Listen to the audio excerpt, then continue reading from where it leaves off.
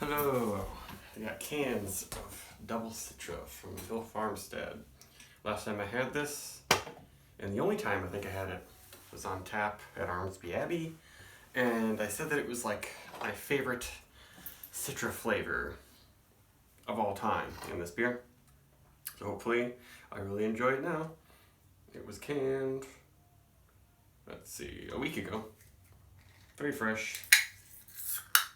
8% alcohol, and they don't say it, but I assume all their other double IPAs like Double Galaxy, Double Nelson are the same basic grists and everything. Maybe they switch them up, I don't know. That is looking pretty good. Quite pale. Oh, I don't have my other light on here. Hopefully you can see that okay. It's not milky white, but it's definitely a very pale golden. Looks nice, and the head is nice and soapy on there. And it seems like Farmstead, they don't really heavily carbonate their cans. They're never like really tight with pressure, but they generate some good soapy heads that stick around for a while. Yeah, that is nice. Whew. It's definitely, off the bat, I get what I call a juicy fruit type aroma. Recently, actually, I smelled juicy fruit gum for the first time in years, and it's not exactly like this, but it's close. It's not quite bubble gum, but there's just lots of very ripe peach and just candy esters. Not much dankness happening here. Maybe some pineapple sort of in syrup. Just like peach, maybe a little bit of a grapefruity bubblegum thing. But a very bright yet quite candy-ish smell. I don't really remember it being this way exactly.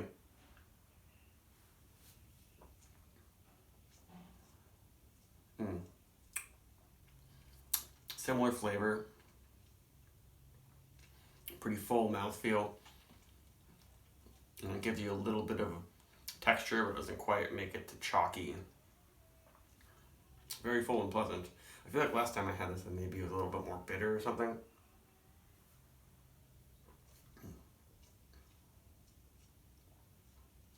Yeah, bigger on the esters than I'm used to. Like sometimes when I have Farmstead beers, like this time it seems like it's much more yeasty forward. I kind of prefer it when it's a little bit cleaner tasting to me. Maybe as I drink this, it'll get a little bit less of those candy notes. Like that's how it is with a lot of IPAs, especially hazy IPAs. Is at first it's all candy and sweet fruit, but then I'll get a little bit more bitter and a little bit more citrusy. Yeah, I mean it's definitely a lot of orange juice flavors. Yeah, very orange juicy. That's what it becomes like in the finish and the mouthfeel. Getting very juicy qualities in the finish now. Yeah, that's turning into some really nice orange with a hint of grapefruit juice in the finish. Whereas at first it's a little bit too big on the candy notes.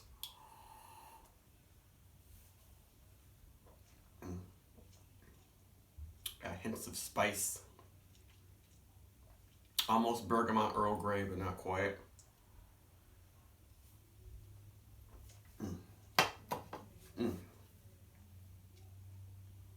Yeah, that is a very nice beer, but I don't know if it's my favorite Citra focused beer, honestly. Last time I had Abner from them, which probably has Citra in it, that was like my favorite double IPA of all time, and I think it still might be.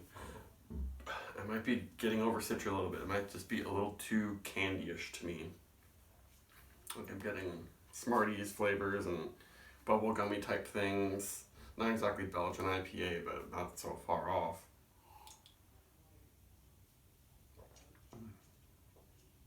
And now it's more in the flavor like peach, orange, grapefruit juice, which is nice.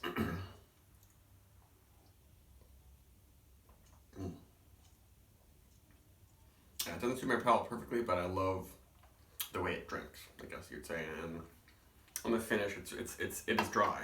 It definitely finishes surprisingly dry for all of those candy-like notes.